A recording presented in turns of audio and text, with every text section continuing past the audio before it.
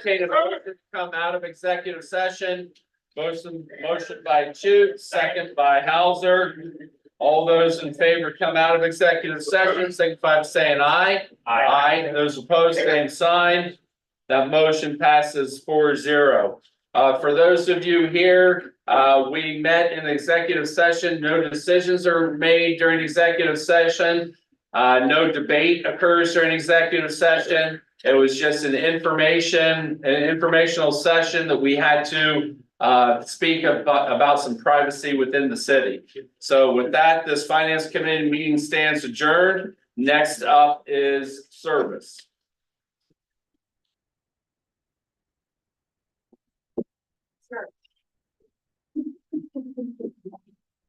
Oh.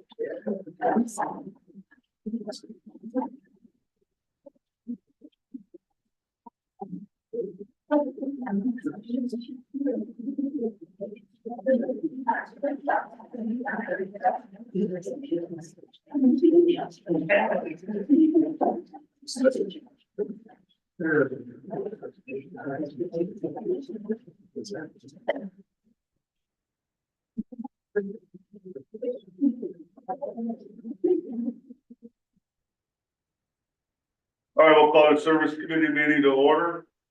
Those present are myself, Raph, Neely, Cost, Blind, Jude. Check, make sure everybody was here. Thank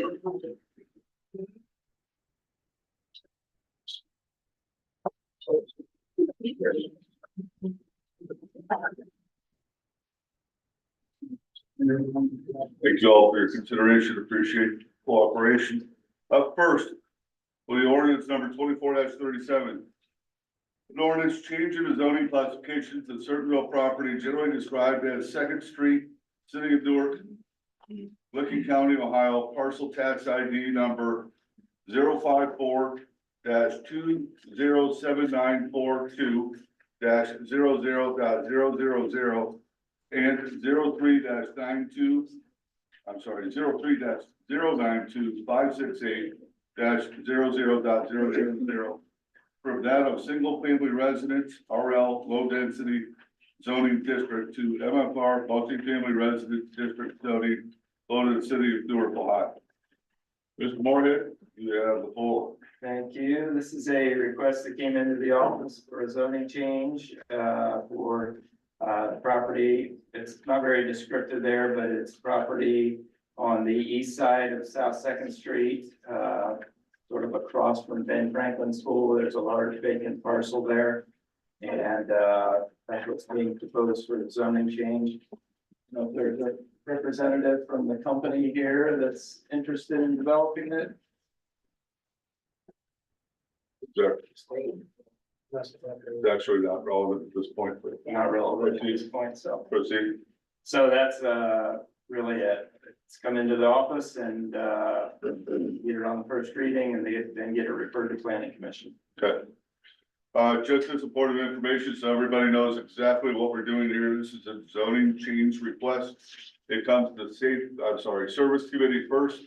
We do the first reading of it. We've now sent it to planning commission.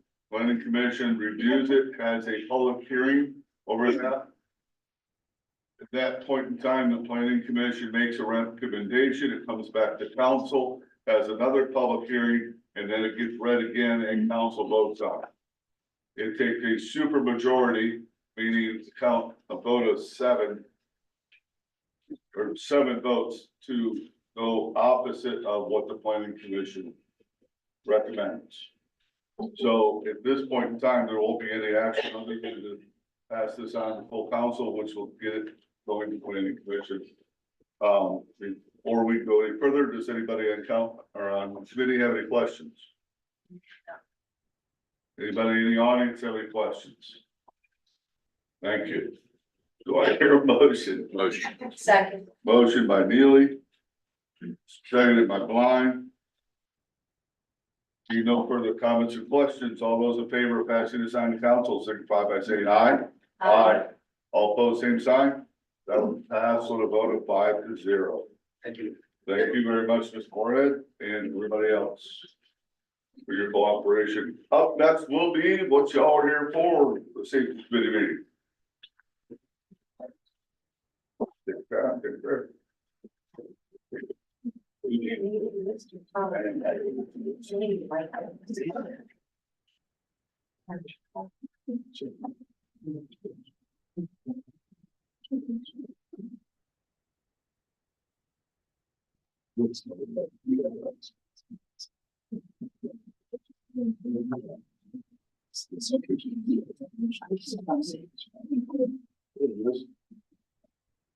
It's in the back room warming up his voice. Good evening, everyone. Welcome to this safety committee meeting. I'm going to try to project as best I can. I know once we get past the walls, it gets a little bit difficult, but I will try to project as best I can. Welcome to the safety committee meeting. President are myself, Labutus, Mr. Cost, Mr. Hauser, Mrs. Blind, and Mr. Rath. We are again considering ordinance 24-36, an ordinance amending chapter 660 of the codified ordinances of the city of Newark, Ohio with regard to camping on public property. We had a discussion a little less than 2 weeks ago. And one of the things, before we get to public comment, I will kind of go over the rules of what we covered last time. So we're in the same spot. I have asked our city safety director, Mr. Tim Hickman, to address what this legislation would look like in real world. We know what it says on paper, but if it were to pass and if it were to be enacted, what would that actually look like in a real practical sense?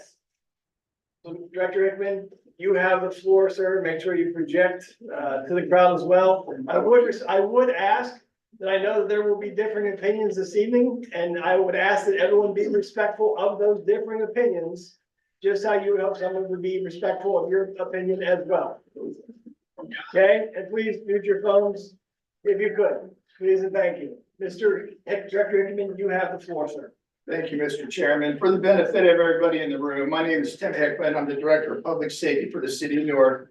And part of my responsibilities is to oversee the police, fire, and property maintenance divisions. Chairman Labutus asked me to address the committee and inform them on how our safety forces respond to calls regarding encampments. So I will try to limit my comments to that topic. A few things to keep in mind. When responding to calls at encampments, it is primarily property maintenance that responds to those calls. Our property maintenance officers are not they do not have law enforcement power. Most responses are the result of an external complaint. We have very little self-initiated activity when it comes to those type of calls. In other words, we're not actively seeking out encampments. Calls are handled as a rubbish and garbage complaint, which is terminology within the property maintenance code. So basically, there are two different types of complaints. There's complaints that involve private property, and there's complaints that is for property that's open to the public, and that can include parks, sidewalks, bike paths, and some vacant land. The initial response to both of those calls is identical.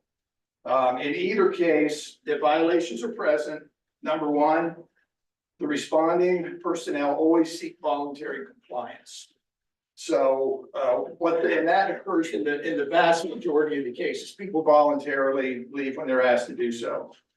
Number two, we always allow time for removal of personal possessions. Typically, that's 48 hours, which is also in the property maintenance code. And then number three, we clean up the site. So in regards to private property, it's pretty straightforward. The property owner is responsible for any violations on that property. Most property owners, like everyone else, they are compliant with the request because A, they don't want the activity taking place on their property, or B, they don't want to face the consequences of any property maintenance violations. Public property is a little bit of a different animal. The same procedures are followed. We always seek voluntary compliance. We always allow time for removal of personal property. Complaints are in the majority from an external source. And then we clean the site up. The complications when it comes to public property or land open to the public is the law is ambiguous in many cases as far as what authority law enforcement has to deal with this. So the intended purpose of this law is to remove that ambiguity and to provide some direction and authority to our first responders. It's for those rare situations where individuals refuse to cooperate, and again, this is the exception and not the rule. And passage of this ordinance will not change the way that we respond to those calls. We will still seek voluntary compliance. We will still allow for time of removal of personal property, and we will clean the site up. Our safety forces, police department, property maintenance, and fire department constantly respond to these types of calls. If we, as a community, expect them to respond to those calls, we need to give them the direction and the authority to properly handle the situation. Thank you for the opportunity to speak, and I'm available to answer any questions if you'd like. Thank you, man. Thank you, Mr. Hickman, for that. Are there any questions for Mr. Hickman from the committee? I have one. Yes, Mr. Hickman. In those circumstances, do the officers, or I guess you mentioned that property maintenance is usually the ones involved, but do the officers ever make attempts to connect them with services when possible? I can't answer that because I don't directly respond to those calls. Sure. Go ahead. So when we respond to a private property complaint, that, if I'm correct, that complaint can come from the owner of that property or the neighbor of that property. Correct. And when you are responding to that, it's property maintenance responding, not police. Typically. Typically, you're giving them, you're showing discretion and giving them an opportunity to voluntarily comply. Correct. That's not just get lost or get arrested. You have a time frame with that. I cannot recall a situation where that was ever the case. But typically is the time frame to voluntarily comply. Typically, we get 48 hours. There are elements in the property maintenance code that apply to high grass and trash and rubbish is a 48-hour timeline to get it cleaned up. So we thought that was fair to give somebody at least 48 hours. Typically, it's more, usually it's more than that. Would it be the same on public property, or are you still giving them 48 hours? Correct. So it's all, Correct. so they have time to comply. Yeah, the way that both calls are handled are basically identical. The problem is in the ambiguity in the law, that what authority does law enforcement have if we get to that situation where someone is non-compliant and they're refusing to vacate? So if a property maintenance official responds to a call, they have the discretion as to whether to levy a fine or not, based on compliance. Is that correct? Usually the first time they're given a notice of violation. And then they are given time to correct that violation. And then if they don't meet that timeline, then they are then subject to being fined. So that's the third strike, where they actually get a fine. Right. Okay, what about a private, public property? How would that? Seems like it's still gonna be property maintenance responding initially, at least primarily. Correct. They're still gonna give a timeline. So we're still gonna seek voluntary compliance, and we're still gonna give them an opportunity to remove their personal belongings. At what point in time would you anticipate, I know you can't. I know you can't make a blanket statement. I know we can't hold you to a specific, because I know every situation is different. Correct. But at what point in time would you anticipate law enforcement getting involved, should this pass, in a situation like that? Typically, I would say in a situation where there is a risk of harm or violence, that's kind of where we want the police department involved to make sure it's safe for everyone, not only our people, but for the people that are at that location. As you know, our first responders are slammed. They're really busy and they don't always have the latitude to respond when needed on these calls. So we're, a lot of times we respond on with no law enforcement response. Okay. if the law enforcement does respond, are they obligated, are they compelled to make an arrest? Or do they have the ability to use discretion? They absolutely have the ability to use discretion. It would be akin to a traffic violation. You run a red light and for whatever reason I decide not to cite you, that's my personal discretion, the officer's personal discretion. Okay. Okay. And I know there's some people recording out there, taking video and stuff like that. I just, for your own concern, 100% of this, every single word, every dot, every period is all recorded and it's all available on YouTube. Thank you. So if you miss something, if you can't hear something that somebody's saying, watch it again on YouTube, you'll be able to get accurate interpretation of that. I'm done. Thank you. Sir. Good question. Hey, thank you, sir. So, Mr. Hickman, I've received comments about targeting from police officers, that officers are targeting those camping. And so if I understand you correctly, most of the complaints are coming from external sources, Correct. and that those responding initially are not police officers, but property maintenance. And that if there is any non-compliance issues, then and only then NPD is involved. That's typically the fashion in which it occurs. Okay, thank you. Any other questions from the committee? Are there any questions from the audience for Mr. Hickman wanting to share? If you had, sir, please, sir, hold on, if you would please come to the podium, state your name and address for the record, please. And then. I guess your question. Thank you. Charles Kearns, 770 apartment 306 Columbia Street, North Ohio. You made a statement that when it comes to private property, that if you get a phone call, you guys come out and give that person a 48-hour notice or whatever to remove whatever needs to be removed, correct? To correct whatever the violation may be. Well, I'm going to tell you now, I used to own some property. That property was taken away from me, condemned, and shut down. I had 4 tents on my private property. The Toby Wells, I'm not even going to say anything else, I'm just going to say his name. Mr. Wells come to my property, told me that I had to pay $500 per tent that was on my property without giving me a 48-hour warning. How is that possible? Well, I can't speak to your particular case because I don't have it in front of me, but are you saying that you were actually issued a fine upon his first appearance? Yes. Okay, well, that would be a matter of record that we could look into and see what the call history was there, how many times he went out.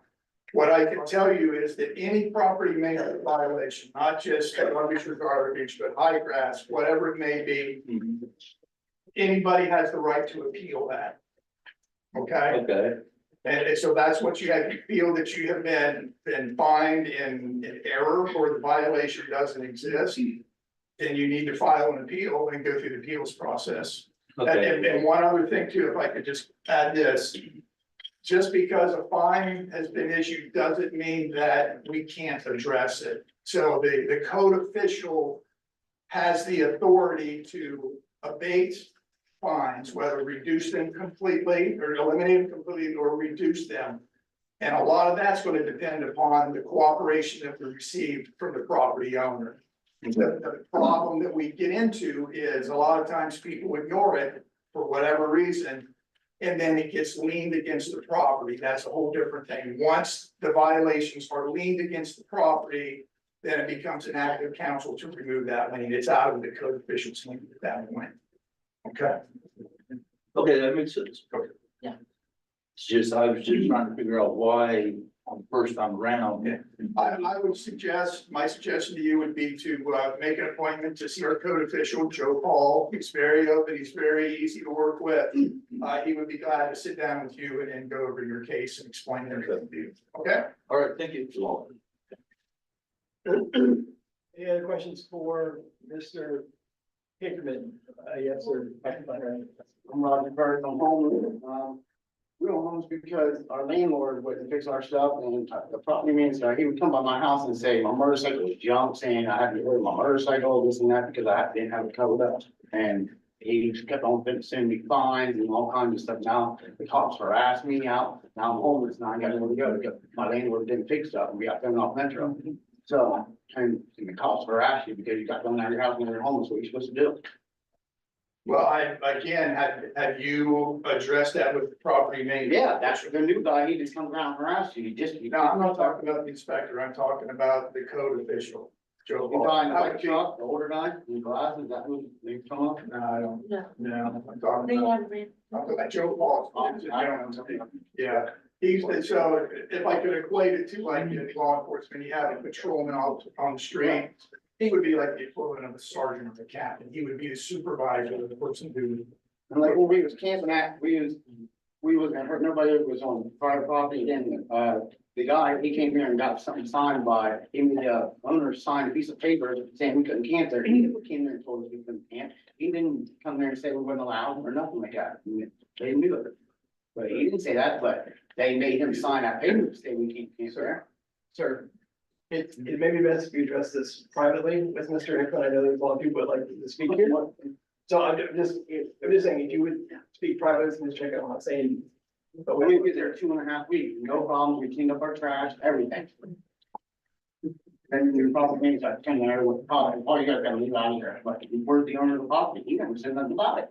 But if I could just address that, a lot of property owners around the city have filed trespass letters with the police department. Okay. And basically those letters saying that they're the owner, they don't want people on the property, anybody on the property who's found theirs to be considered. So they can go to trespass. them nights and say, hey, could you guys leave our property, we're gonna call the police. Like, there was none of that at all, Was anybody arrested? no, but I was. You were asked to leave. Yeah, correct? the cops was harassing me. What's the problem? The owner never came back, you got to leave off the property, can't do that. No, that was not. One word. Mr. Hickman, could you take down the sign and just finish the conversation, please? Judge me, yeah, thank you. Off the side, That it for me? yes, that's it for you, thank you, sir. Appreciate it. All right, I know we have a lot of people that would like to speak, this evening, okay? I'm gonna go over the ground rules, same as what we did last week, 2 weeks ago, just so everyone knows what to expect, okay? It is currently 6:31. Council will start at 7 PM, so we will take a few minutes break before that, okay? Everyone will have 3 minutes. Each speaker will have 3 minutes to speak. At 2.5 minutes, I'm gonna raise my hand. That means you have 30 seconds left. Okay? If everyone could remain as quiet as possible so we can hear what each person has to say. And be respectful of each other's opinion. Okay? Mr. Chairman. Yes. I know we have a lot of people here to speak, and I'm very interested in hearing what people have to say. I know that we've got, if this moves forward, we have at least 2 more readings of this. We'll have plenty of other opportunity to speak as well. But there is still business yet to be done. So, just in light of that, I'll make a motion to send this on to full council. I do believe that all 10 of us on council need to vote on this. Okay. So I'll make a motion to move this on. I will second that. I have a motion from Mr. Rath. I have a second by Mr. Hauser. Excuse me, but you said that. You didn't even give people a chance to talk. Wait. We just made a motion. Okay, hon, We just made a motion, okay. okay? We just made a motion for this to go to full council. We want to hear what you have to say. Just not today. If this order, no, not doing this, okay? I just asked everyone to be respectful. Perspective, sorry. I was just asking, you said you were gonna raise your hand up.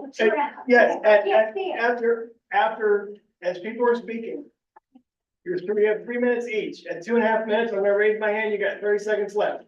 Okay? Obliged. All right. Okay. We will tell you, okay? We will tell you, okay? We have a motion and a second. At some point, we will probably vote on this for this to go to full council. That does not mean it is law yet. If it is passed out of this committee, it goes on to full council and is read twice. Those dates would be October 7th. It would be read one time, nothing would happen. It would just be read. October 21st is when it would be read a second time and voted on to become law. Not passing any legislation for this evening. This just would be getting it out of committee for full council to vote on. Okay? So this would not, so I want to make sure we understand clear where we're at. Okay? Where we're at. Does everybody understand? Yeah, we don't have less time now. I need to, I will run the meeting, I'm sorry. And we'll make it through, okay? I want to make sure everyone understands where we're at I don't and understand. don't think that we're passing this into law this evening. We're not, okay? So, not right now, okay? It's not a question answer. All right. So I'm opening it for public comment, 3 minutes per person. At 2.5, I will raise my hand to the speaker. As you come up and I call you up, I would like your name and your address for the record. Okay? I also want to hear from Newark residents first. And politely, if you spoke 2 weeks ago, I would like you to let others speak this time. Okay? If you spoke on the 3rd, I'd like you to refrain and let others speak. Again, this is an issue we're all passionate about. I understand that. Okay? So with that being said, and you have the floor, please state your name and address for the record, please. My name is Marlene Hunt, Hunt. My address is 1116 Sunrise Drive, Newark. My where I live is my backyard extends into the woods. On the other side of the woods is the back of Kroger's. And the people come in the woods there. Behind Kroger's, they go clear down around into a big circle that's open. And they're in and out of there all times, day and night. In the past 3 years, I've had all kinds of things taken out of my yard. And I've had lots and lots of trash put in my trash can for me to take away. And I don't know the answer to the homeless, but I just feel unsafe. Thank you. All right. Right here. Janine Call, 1435 Amesbury Lane. I'm here this evening to speak on behalf of my neighbors who couldn't be here and myself. We are in complete support of council adopting this legislation. Without it, the security forces' hands are tied when it comes to dealing with situations that arise from people camping on property. The citizens of Newark shouldn't have to wait until someone is assaulted or something terrible happens before the security forces can act. This is absolutely a safety issue. While I realize there are individuals who find themselves homeless from some catastrophic event in their lives, unfortunately, I do not believe they are in the majority. The majority are homeless for a reason, whether it be drug or alcohol use or mental health issues. There's normally a reason why family members will not take them in. I know this from personal experience. These individuals present a clear safety hazard to the citizens who have a right to feel safe on their sidewalks, bike paths, or in the parks, just as the NPD deserve to be given the tools necessary to protect the citizens of this city. It was stated at the last meeting that they're not afraid of the homeless. And I'm not here to say that you should be afraid, but you should be cautious around them, because if someone is on drugs or has mental health issues, you cannot know from 1 minute to the next what they might do. For that reason, many people who would love to use our beautiful bike paths don't use them because they don't feel safe. In addition, it is not the government's responsibility, whether it be federal, state, or city, to take care of these individuals. They're adults and as such are responsible for themselves. There are multiple organizations in our city that do provide services for people, and I'm all for giving people a hand up when they fall in hard times. But the unfortunate thing about that is those valuable resources tend to be used as handouts, not as a handout. The individuals on the receiving end of those resources have to want to change their situations. And sadly, many of them do not want to change. Until that occurs, by continually giving them things, they're not being helped, they're only being enabled to continue to live the self-destructive lives that they've chosen. So I'm asking the Safety Committee and City Council to please adopt this legislation so that the citizens of our city can safely utilize the resources that our tax dollars pay for. Thank you. I've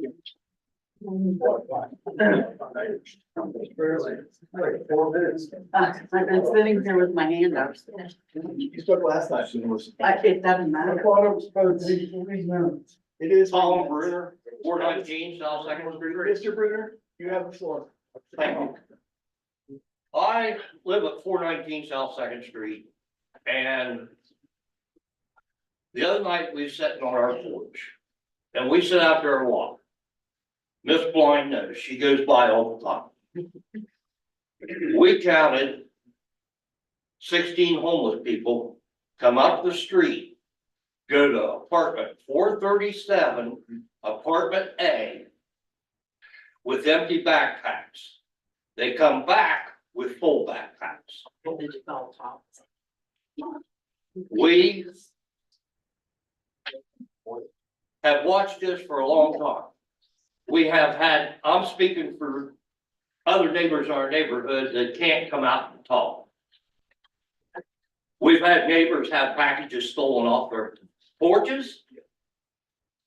We've had neighbors have items stolen out of their yard.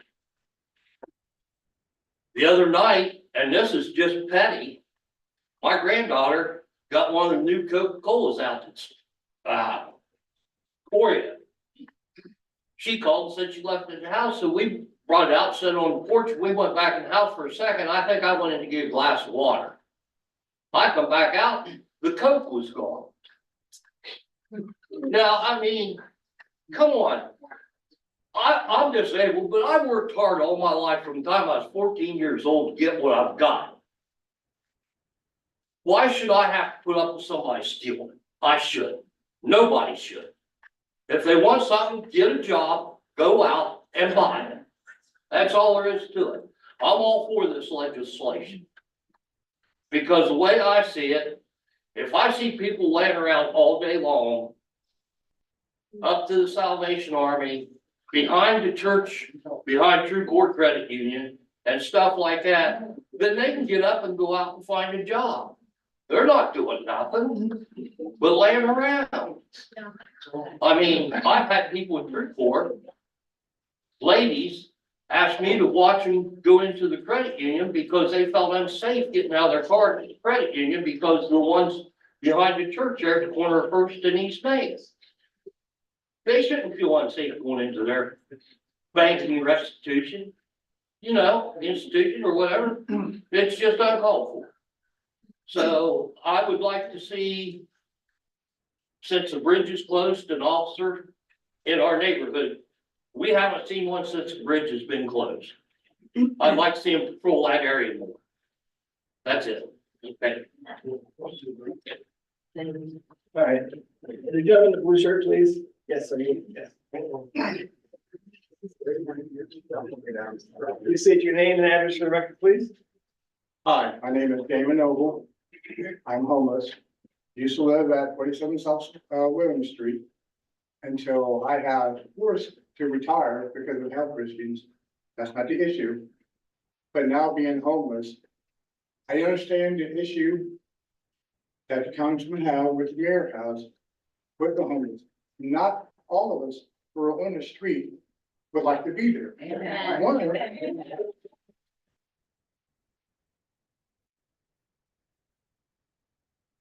But one, there is no resources. There is resources, but there's a process for that resource, and there's no help for us other than the few places that we have to go. For what we have here in a city, in and around the city, outside the city, why can't we use some of that for extra resources to help those who want help, who need the help, to make it better for all of us? We are all constituents of North. I've been here for 56 years all my life. It's just fortunate that I got in this situation now. And we get looked upon like we're trouble. Yeah. Like we shouldn't even be here. Right. That's true. I pay taxes. I worked since I was 14. It's unfortunate for my health. It's unfortunate for a lot of people health. I get stuck here, waiting on the system to help. And I know there's means to be able to help us. That's all I wanted to say. Amen.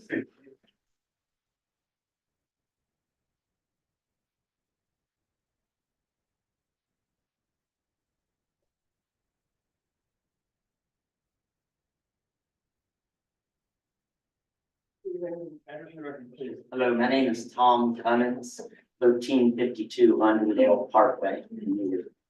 And my wife and I volunteer with Champions Network, and they are actively, and they're not the only one here that's, that you can tell by the turnout, that's actively involved in trying to help deal with the real problem.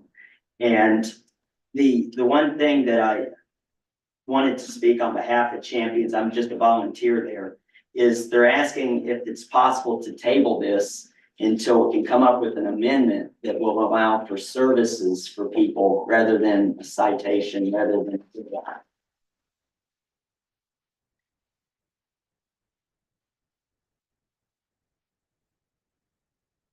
My concern is that the ordinance itself says that anyone who camps, just kind of paraphrasing, is guilty of that misdemeanor.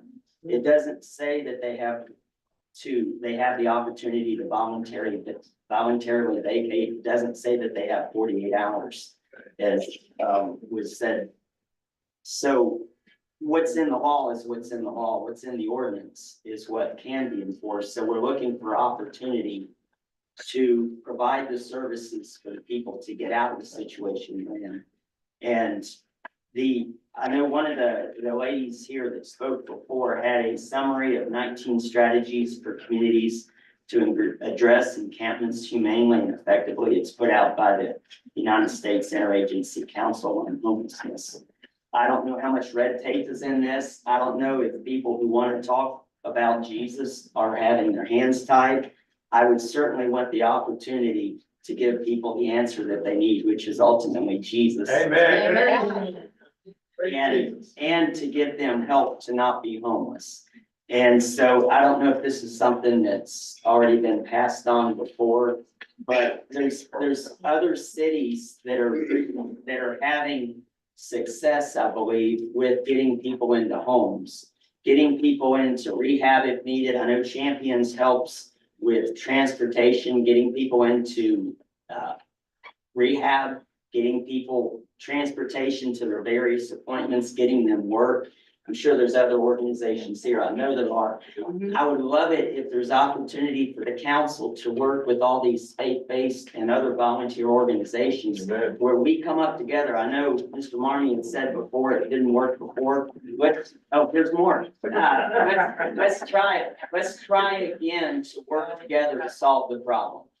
Thank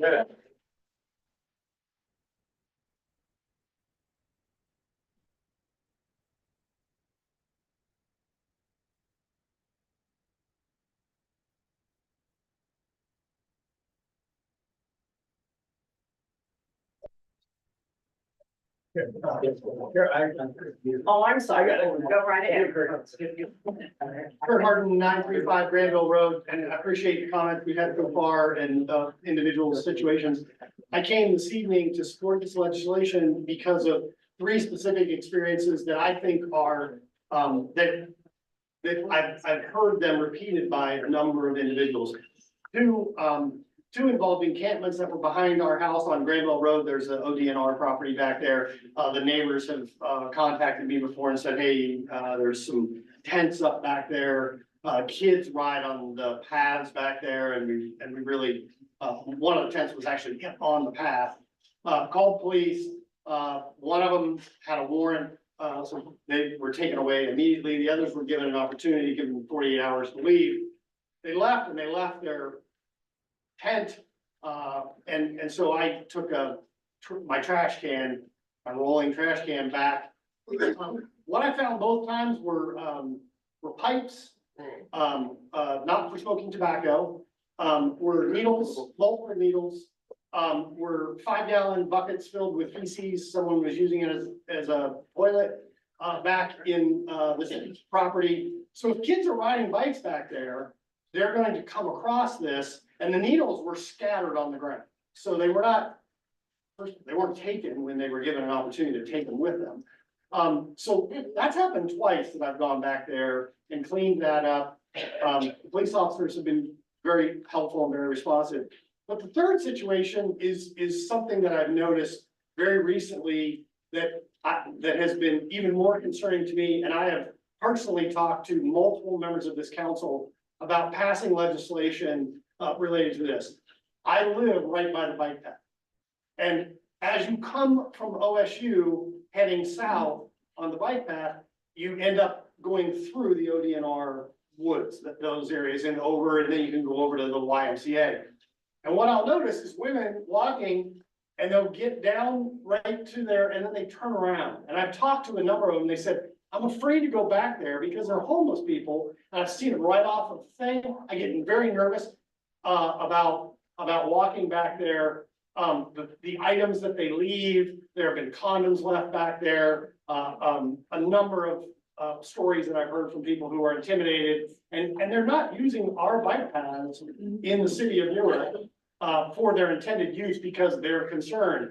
I feel like the citizens of Newark ought to be able to use our resources, and we should not have these taken over. I'm all for shelters. I'm all for taking care. I don't think anything in this legislation will prohibit people from opening their homes, people who are concerned from opening their homes and taking in homeless people, and that way they wouldn't be on the streets doing that. Nothing in this legislation I've read prohibits that. So why couldn't, if individuals want to act and create a solution at the individual level, they ought to do that. Perfect. So Thank you very much, sir.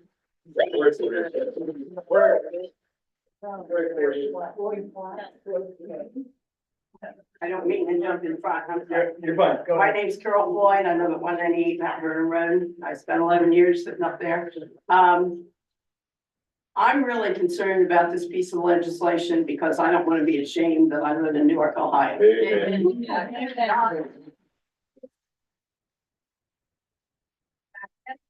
Criminalizes being homeless.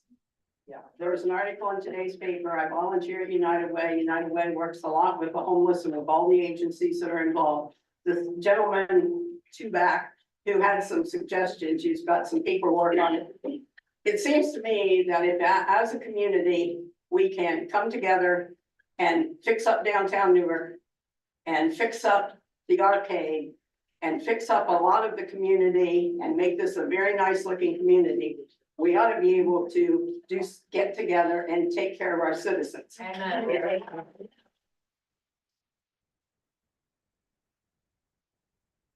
Are enough people from agencies, from homeless groups, from some of these individual groups that are working, from council members and the administration. If people got together and worked collaboratively, I can't even say it, together to try to work out a solution, we would not have to criminalize being homeless, especially with the housing crisis as it is. It's fine to say get a job.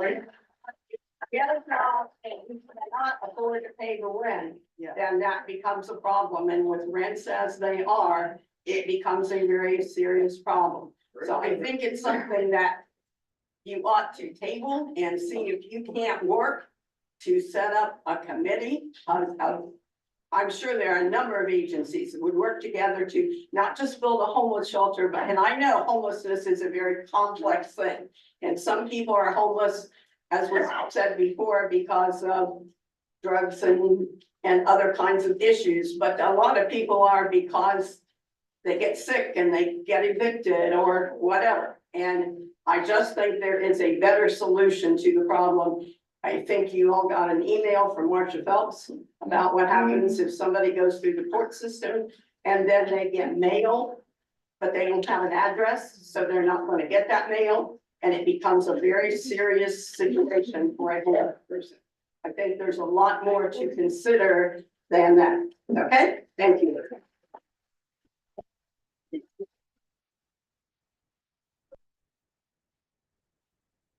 Time is 6:53. I'm going to take safety committee to recess until after our council meeting, which starts in 7 minutes, so we're going to take a recess for safety. Safety will reconvene for a bit after council. So you can stay around if you'd like to, but we're gonna take a break. Council meeting will start at 7 PM sharp. Thank you.